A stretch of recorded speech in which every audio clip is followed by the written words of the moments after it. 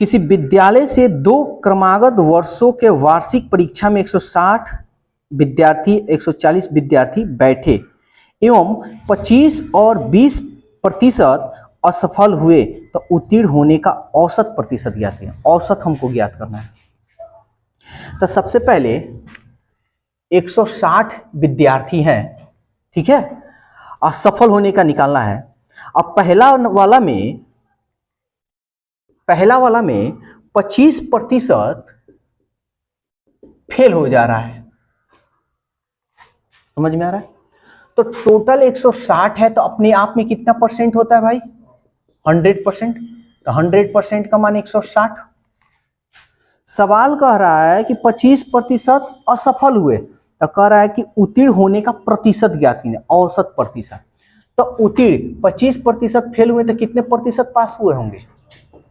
तो कर लो, 0 से 0 कटा लो, 16 गुणे 75 बटा 10, 5 दूनी 10, 5 एकम 5, 2 पचाह 25, 2 अठे 16, 15 अठे 120।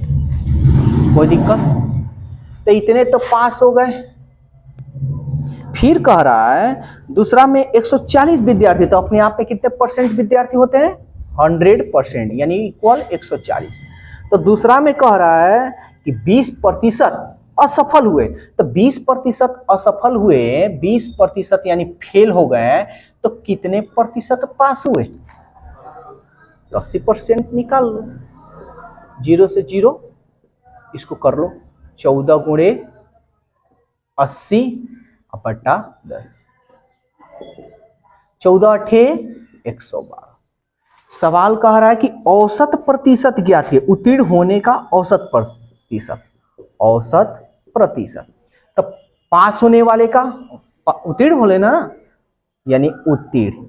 यही सब ना उत्तीर्ण हुआ है, यही सब ना उत्तीर्ण हुआ है जी।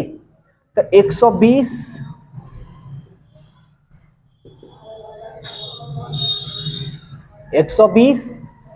प्लस 112, ये तो पास हुआ है। और सवाल कह रहा है कि औसत प्रतिशत, तो औसत प्रतिशत का मतलब कुल संख्याओं का योग, कितने बच्चे हैं?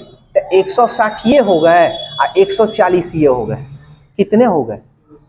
160 प्लस 140। प्रतिशत में ज्ञात करना है तो 100 से ना गुना करेंगे, कर लो। तो ये हमारा हो गया 2, 1 2 3, 1 1 2, तो 40 60 यानी 300 गुणे 100%। 2 0 से 2 0, 3 2 5, 5 2 7, पूर्णांक में आएगा। 3 7 21, 2 22, 3 7 21 1, यानी 77.1/3%। नेक्स्ट क्वेश्चन देखते हैं, 57 नंबर। देखो, अगर क्वेश्चन को सोचोगे कि ट्रिक ले लें, ये ले ले, तो प्रॉब्लम करेगा। क्वेश्चन को पहले समझो, क्या इसमें कोई अलग से कोई ट्रिक या कोई भी ऐसा वैसा, सारी चीज पहले वाला ही है। अब ये कैलकुलेशन है, अब तुम्हें लग रहा है यहां से यहां तक बड़ा है, बड़ा नहीं है, ये तुम्हारा कैलकुलेशन है, कितना स्पीड तुम कर रहे हो वो तो तुम्हारे ऊपर डिपेंड करता है। तो क्वेश्चन को बस समझने की कोशिश करो। नेक्स्ट क्वेश्चन देखते हैं। 50 लड़कियां 7 लड़के पिकनिक पर जाना था, यानी गर्ल 50 और बॉय 70, ये पिकनिक पर जाना चाहते हैं। लड़कियां का केवल 40% तथा लड़कों का 50% पिकनिक पर गया। लगभग कितने प्रतिशत पिकनिक पर गए? प्रतिशत ज्ञात करना है, तो चलो हम लोग ज्ञात कर लेते हैं। तो 50 लड़की है तो अपने आप में 100% होता है, तो 100% का मान 50 हो गया। पिकनिक पर जाने की प्रतिशत पूछ रहा है, तो पिकनिक पर कितने प्रतिशत जा रहे हैं जी? केवल 40%, यही ना।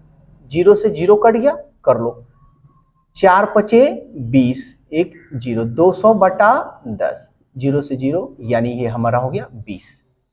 पिकनिक पर 20 लड़की गई, 70 लड़के जाना चाहते थे, टोटल 100%। अब यहां देखो कैलकुलेशन थोड़ा स्पीड हम कैसे करेंगे। 100% का मान 70 हो गया। आप पिकनिक पर 50%, तो भाई तो यहाँ तो ऐसे ही निकल गया जी। 100% का मान 70, तो 50% का मान 35। तो हमको निकालना है लगभग कितने प्रतिशत पिकनिक पर गए। तो कितने गए, 35 अब 20 कितना हो गया, 70, 5 और 3 2 55। और ये प्रतिशत ज्ञात करना है, तो टोटल में से ना, कुल में से ना निकालोगे, तो कुल कितने हो गए, 50 और 70 120। प्रतिशत में ज्ञात करना है तो 100 से मल्टीप्लाई कर दें, भारी से 0 कट गया, 2 छके 12, 2 पचे 10, 50 25, 50 25 2 27 बटा 6। अब इसको भाग देते हैं, 6 चौका 24, 3 35, 6 पचे 30, 6 के 36 है ना जी। 6 चौके 24 और 3 35, 6 पचे 30, 5 बच गया 50, 6 अठे 48, यानी समथिंग यही। तो कह रहा है लगभग कितना प्रतिशत, लगभग में बोल रहा है। तो ये देखो 8 है ना, ये 5 हो या 5 से बड़ी संख्या हो, तो जब ये हटाते हैं तो इसमें ये जुट जाता है। तो 45 है तो एगो जुटेगा तो कितना होगा, 46%। जो ऑप्शन कौन सा है, 4 नंबर। ठीक है, 58 देखते हैं।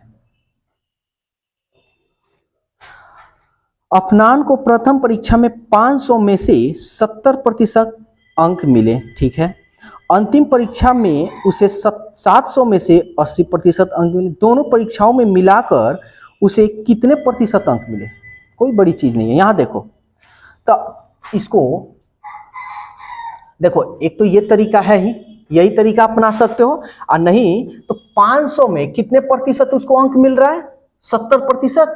तो हम निकाल लें 70%। ध्यान से समझना, ये प्रतिशत है ना, ये प्रतिशत से 2 जीरो कटा लो, प्रतिशत का मतलब बटा 100, तो 7 पचे 35, 350 अंक मिल गया उसको। फिर कह रहा है, अब देखो यहां पे कटाना फटाने की काम नहीं है, 700 में 80% उसको अंक मिल गया, तो प्रतिशत से 2 जीरो कटा लिए। कभी भी गुना हो प्रतिशत हो ना, तो सामने सामने कटा देना प्रतिशत। 7 अठे 56, तो टोटल अंक कितने हुए, ये और ये। तो बोल रहा है कितना प्रतिशत, तो देखो तो 6 5 ये 0, 6 5 11, 5 3 8, 8 और 1 9, 910। तो कुल में ना, तो कुल कितना है, 500 और 700 यानी 1200 ना जी।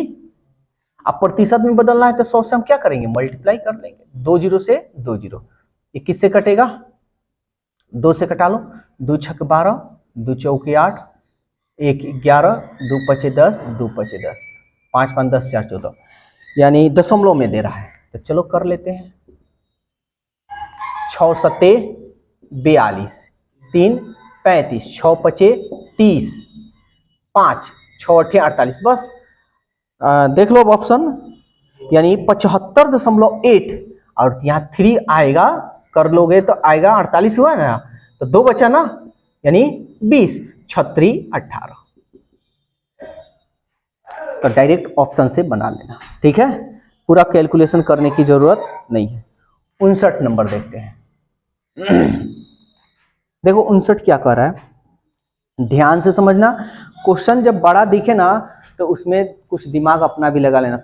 ये समझ लेना, बड़ा क्वेश्चन जरूर है, लेकिन उसको बनाने का तरीका शॉर्टकट कुछ ना कुछ होगा, क्योंकि एग्जामिनर ऐसे क्वेश्चन सेट करता है कि बच्चा लोगों को दिखा देता है कि बड़ा क्वेश्चन हुआ, बड़ा क्वेश्चन हुआ, देख कर पहले ही खसक जाता है। तो ऐसा नहीं है, ध्यान से समझना इस क्वेश्चन को।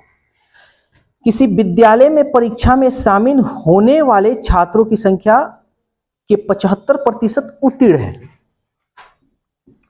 देखो कितना बड़ा ये क्वेश्चन है, 75% उत्तीर्ण है, यानी पास हो गए हैं। एक साल के बाद, यानी 1 वर्ष के बाद उत्तीर्ण होने वाले छात्रों की संख्या 18% बढ़ गई। कितना प्रतिशत, 18% बढ़ गई। तो 18% बढ़ गई, इसका मतलब 118 ना बढ़ गया होगा जी, यानी 118% किसका, उत्तीर्ण का बढ़ा है ना। तो सवाल कर रहा है, तो परंतु शामिल होने वालों की संख्या वही है, यानी जितने पहले छात्र थे उतना अभी भी है। तुमको छात्रों की संख्या से कोई मतलब नहीं है, ठीक है। तो उत्तीर्ण होने वाले छात्रों की संख्या का नया प्रतिशत क्या हुआ, तो नया प्रतिशत पूछ रहा है, तो 75% तो ये है ही, अब 75% का इतना प्रतिशत बढ़ा है, 118 होगा ना जी, तो इसका 118 ये प्रतिशत को रहने देना, क्योंकि हमको प्रतिशत में तो ज्ञात करना है। तो अब यहां देखो 25 तिहाई 75, 25 चौका 100, 4 2 से 2 दूनी 4, 2 पचे 10, 2 नवा 18, गुना कर लो, 3 नवा यहां लिख देते हैं, 3 नवा 27, 3 पचे 15, 15 और 2 17 बटा 2, भाग लगा लो, 2 है, 3 नवा 27 और 3 पचे 15, 15 2 17, 2 अठे 16, 1 17, 2 अठे 16 और 2 पचे 10, यानी 85.5%, यानी 87.5%, ये सही कर रहे हैं ना। 2 अठे 16, 3 नवा 27, 3 पचे 15, 2 17, 2 अठे 16, 2 अठे 16 और 2 पचे 10, ठीक है। यानी इनमें से हमारा कौन सा होगा, इनमें से कोई नहीं। देखो ऑप्शन दिया है 1 नंबर। इसी तरह एग्जाम में आदमी कंफ्यूजन हो जाता है कि कहीं गलत तो हम नहीं कर रहे हैं, ठीक है। तो ये छोटी छोटी मिस्टेक कर देता है कि बच्चा इसी में फंस जाता है। कोई दिक्कत आन है, बहुत मतलब घुमा देता है, और ये एग्जाम में बहुत बार ये पूछा है, अब पूछता है, हमेशा पूछता है, ऐसा नहीं कि एक बार 2 बार। ध्यान देना, इस क्वेश्चन को बनाने के लिए एक बहुत अच्छा कंसेप्ट हम बताएंगे, कोई पुराना कोई नया नहीं, बस यूनिक मिलेगा, जैसे ये बताए थे, आई मीन जो अभी पहले बताए हैं वही। ध्यान से समझो, 2 छात्रों ने 63 नंबर, 2 छात्रों ने कॉलेज चुनाव लड़ा, विजेता छात्र, पूरा जो चुनाव होगा 100% का ना होता है, चाहे वो 10 का हो प्रत्याशी, चाहे 50 का हो, जितने वोटर्स उससे हमको कोई मतलब नहीं, लेकिन 100% अपने आप में होता है।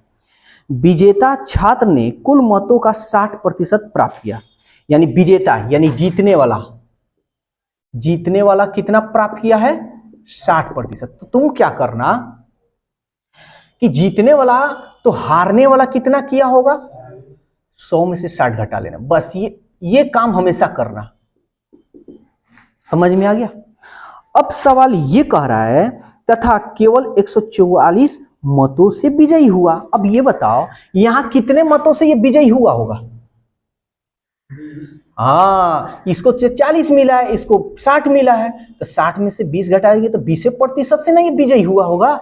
और सवाल कह रहा है 144, तो क्या कह रहा है, तो कुल मत कितने डाले गए, तो कितने मत डाले गए, 100%, निकाल लो, इसको इसमें गुना करोगे, 144 फिर 00 बटा 20, 0 से 0, 2 सत्ते 14, 2 दूनी 4, 0। बहुत बार ये क्वेश्चन पूछा है, अब बार बार ये क्वेश्चन पूछता है, बहुत बढ़िया इंटरेस्टिंग क्वेश्चन है ये, कोई दिक्कत इसमें।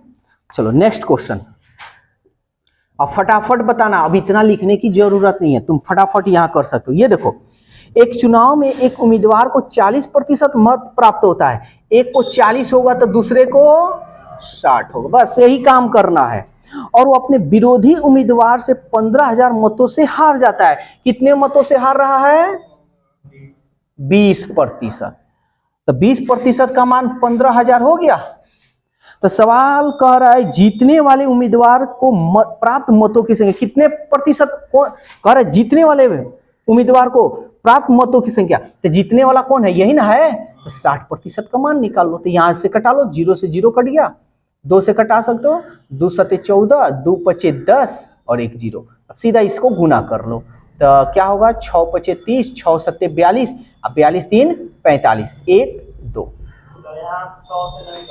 कहां से नहीं पूछ रहा है, कितने विजयी प्राप्त करने वाले मतों की संख्या, ये जो जीता है ना उम्मीदवार, उसका वोट कितना है, तो वो तो जीता है 60% ना, और कहता कि कुल मत ज्ञात कीजिए, तब 100%। एक और लेते हैं 65 नंबर, जैसे बना रहे हैं ऐसे ही बना, एग्जाम में बड़ी क्वेश्चन ये पूछा है बहुत बार। कह रहा है किसी महाविद्यालय के चुनाव में एक प्रत्याशी जिसे कुल पढ़ने वाले मतों का 40% मत मिला, यानी एगो को 40% मिल रहा है तो दूसरे को 60 मिल रहा है, अपने प्रतिद्वंदी यानी से 160 मत से हार गया। देखो तो कितने मत से हार रहा है, 20% बराबर 160 हो गया। तो सवाल कर ये मानते हुए कि चुनाव में केवल 2 ही प्रत्याशी थे तो कुल पड़ने वाले मत कितने थे। यहां ध्यान देना, 0 से 0 कट गया, 2 अठे 16, हमको 100% मत निकालना है तो कितना होगा 800। कोई दिक्कत? 66 कह रहा है पिछले चुनाव में किसी निर्वाचन क्षेत्र में प्रत्याशियों के बीच सीधी टक्कर हुई, एक प्रत्याशी 40% वोट पाया, एक वो 40% पाया तो दूसरा कितना पाया 60। वोट पाने के बाद भी वो 1000 मतों से पराजित मतलब हार गया। तो कितने वोट से हार रहा है जी, कितना परसेंट से 20, तो 20% का मान हो गया तुम्हारा 10,000। तो कुल वैध मतों की संख्या, तो वैध मत कितने होंगे 100% ना, 0 से 0 और 2 पचे 10 1 2, यानी इसमें गुना कर लो 5 पे 4 0, यानी 50,000 मत। तो 67 देखते हैं।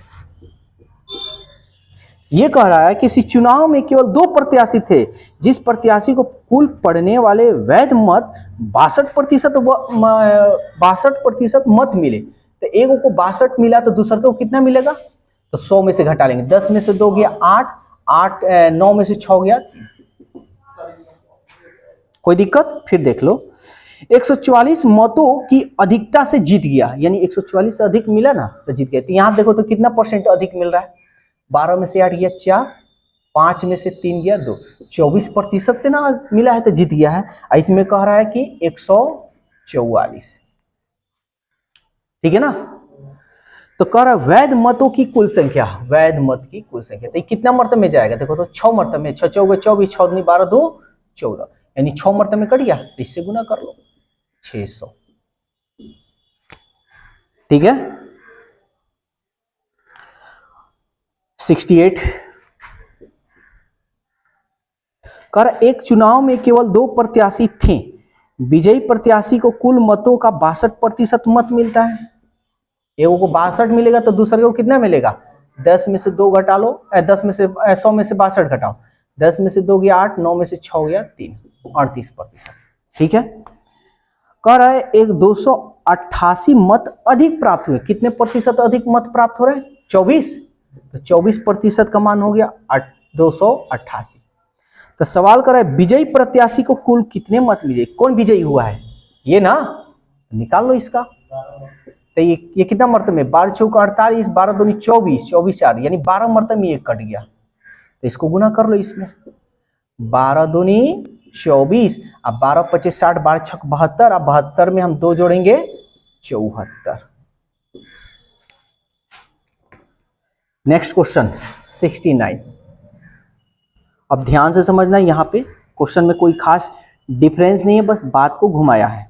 देखो क्या कह रहा है, एक चुनाव में 2 उम्मीदवार थे, जिसमें कुल मतदाताओं की संख्या में से 5% ने चुनाव में भाग नहीं लिया। हमारा 100% है, 100% में से 5% भाग नहीं लिया तो कितने परसेंट भाग लिए होंगे, 95%, ठीक है।